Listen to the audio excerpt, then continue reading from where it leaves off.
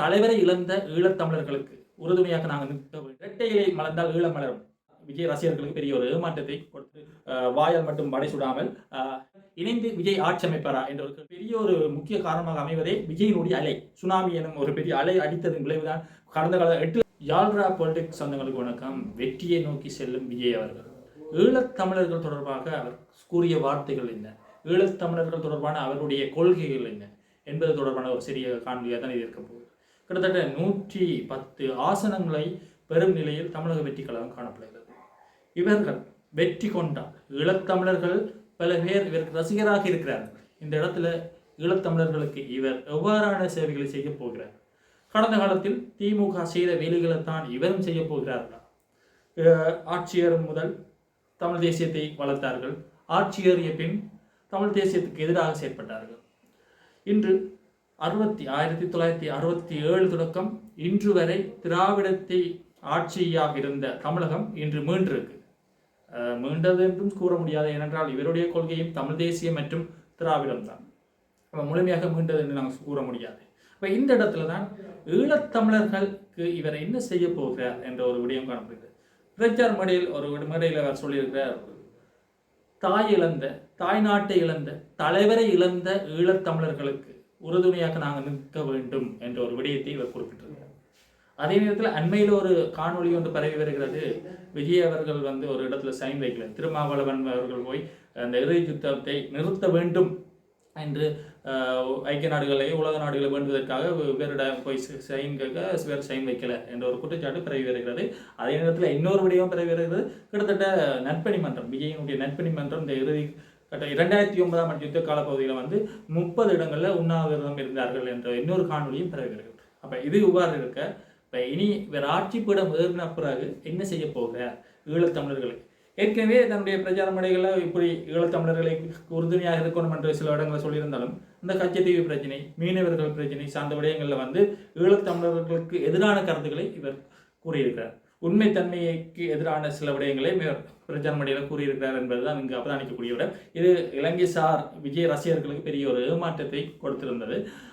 இந்த இடத்துல தான் சீமான் அவர்கள் ஈழத்தமிழர்களுடைய முழுமையாக ஈழத்தமிழர்களை பற்றி கதைத்தான் அவருடைய அரசியல் நகருகிறது தமிழ்நாட்டில்.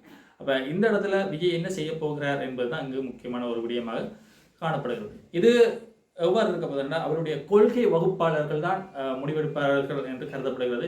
விஜய் எதை கதைத்தால் தமிழ்நாட்டில் ஆட்சி செய்யலாம், தமிழ்நாட்டில் ஆட்சிப்படுத்த ஏறுவதற்கு இவர் எதையெல்லாம் செய்ய வேண்டும் என்பதனை ஏற்கனவே கொள்கை வகுப்பாளர்கள் சொல்லியிருப்பார்கள். அப்போ ஏறிய பின் தன்னுடைய ஆட்சியை தக்க வைத்துக் கொள்வதற்காக விஜய் எதை செய்ய வேண்டும் என்பதனை கூட இந்த கொள்கை வகுப்பாளர் தான் முடிவெடுப்பார்கள் என்று கருதப்படுகிறது. ஆகவே ஆரம்ப காலத்தில் ஒரு விடயம் இருந்தது. இந்த அதிமுக ஜெயலலிதா அவருடைய காலம், இரட்டை இலை மலர்ந்தால் ஈழம் மலரும் என்ற ஒரு கருப்பொருள் காணப்பட்டிருந்தது. ஆனால் அவர்கள் மலர்ந்த பின் அவர்களுடைய செயற்பாடுகள் வேறு வகையாக இருந்தது. எம்ஜிஆருடைய காலத்துக்கு பின் அதிமுக எவ்வாறு செயற்பட்டார்கள் என்பது உலகம் அறிந்த உண்மை. அதைவிட மோசமாக திமுக செயற்பட்டிருந்தார்கள். இறுதிக்கட்ட யுத்தத்தின் போது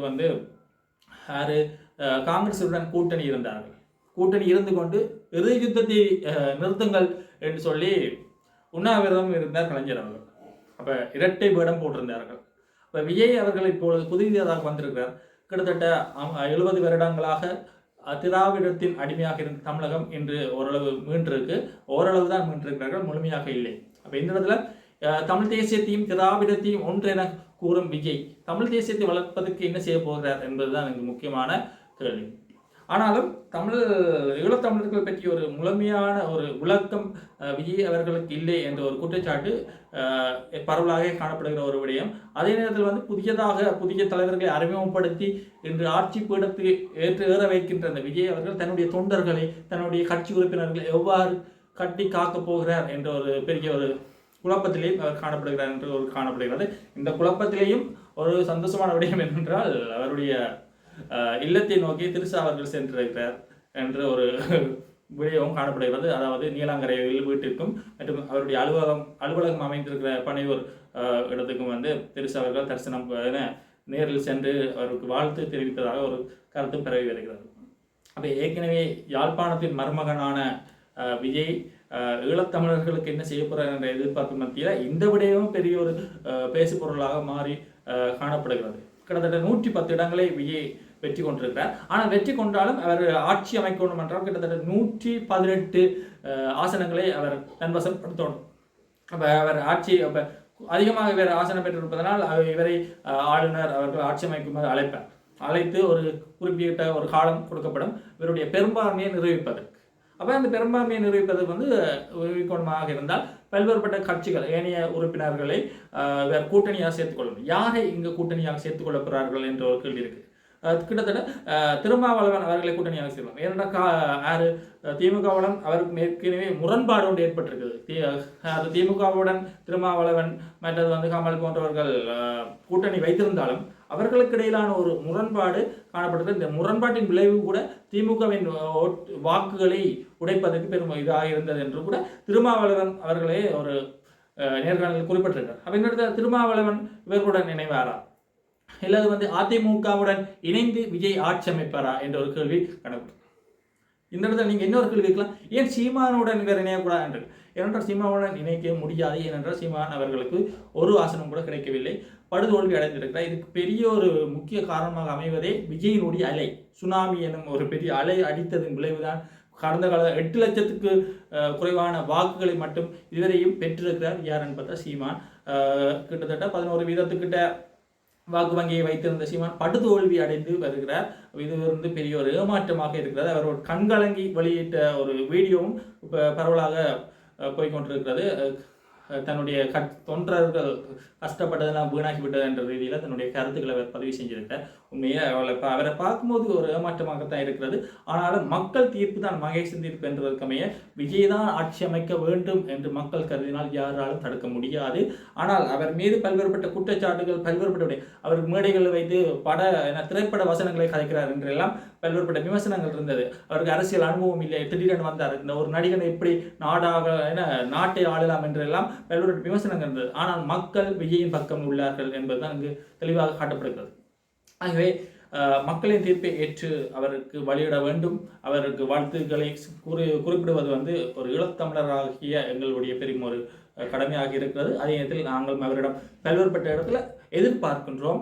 திமுக போன்று இல்லாமல் அதிமுக போன்று வாயால் மட்டும் வடை சுடாமல் எம்ஜிஆர் மாதிரி நேரடியான உதவிகளை ஈழத்தமிழர்களுக்கு செய்து கொள்ள வேண்டும் என்பது ஈழத்தமிழர்களுடைய எதிர்பார்ப்பாகவும் காணப்படுகிறது. மற்றும் ஈழத்தமிழர்கள் என்று பார்க்கும்போது விஜயனுடைய படம் தமிழ்நாட்டை தாண்டி புலம்பெயர் தேசங்களில் அதிகமாக ஓடுகின்றது. அதுக்கு முக்கியமான காரணம் ஈழத்தமிழர்கள் தான். இவருடைய அரசியல் பயணத்தில் கூட புலம்பெயர் தமிழர்களுடைய செல்வாக்கு அதிகமாக காணப்பட்டிருந்தது. குறிப்பாக தலைவரை இழந்த இனத்திற்கு நாங்கள் உறுதுணையாக இருக்கணும் என்ற வசனத்தை கூட அவர் உச்சரிப்பதற்கான இந்த புலம்பெயர்களுடைய ஆதரவை பெறுவதற்காக கூட இருக்கலாம் என்று கருதப்படுகிறது. இப்போ இப்படியான சூழ்நிலையில தான் விஜய் கடந்த காலத்தில் போன்று கச்சத்தீவு மற்றும் மீனவ பிரச்சனையில் அவசரப்பட்டு தன்னுடைய வாக்கை விட்டது போல் இனி இல்லாமல் ஈழத்தமிழர்களுடைய உண்மையான பிரச்சனையை அறிந்து கொண்டு அவர்களுக்கான உறுதுணையாக இருக்கலாம். ஆனாலும் தமிழ்நாட்டில் ஈழத்தமிழர்களுடைய பிரச்சனைகளை கதைப்பதனால் இவர்களுக்கு ஆட்சியை கைப்பற்றிக் கொள்ள முடியுமா என்பது கேள்வி. ஏனென்றால் சீமானுடைய படுதோல்விக்கு ஒரு காரணமாக இருந்ததும் இது நான் குறிப்பிடலாம். ஏனென்றால் தமிழ்நாட்டில் ஆட்சியை பிடிப்பதனால் தமிழ்நாட்டு மக்களுடைய அடிப்படை பிரச்சனைகள் அறிந்து அதற்கேற்று செயற்பட வேண்டும். ஆனால் சீமானவர்கள் முழுமையாகவே ஈழத்தமிழர்களுடைய விடயங்களை மட்டுமே அங்கே செய்திருந்தார். அப்போ இது கூட சீமானவர்களுக்கு படுதோல்வியை ஏற்படுத்தியிருக்கலாம் என்று கருதப்படுகிறது. பார்ப்போம் தொடர்ச்சியாக எவ்வாறு இந்த விஜயனுடைய பயணம் செல்ல போகிறது. இனிமே ஆட்சி அமைக்கவில்லை, ஆனால் ஆட்சி அமைத்தால் எங்களுடைய வாழ்த்துக்களை நாங்கள் தெரிவித்துக் கொள்கிறோம். நன்றி, வணக்கம்.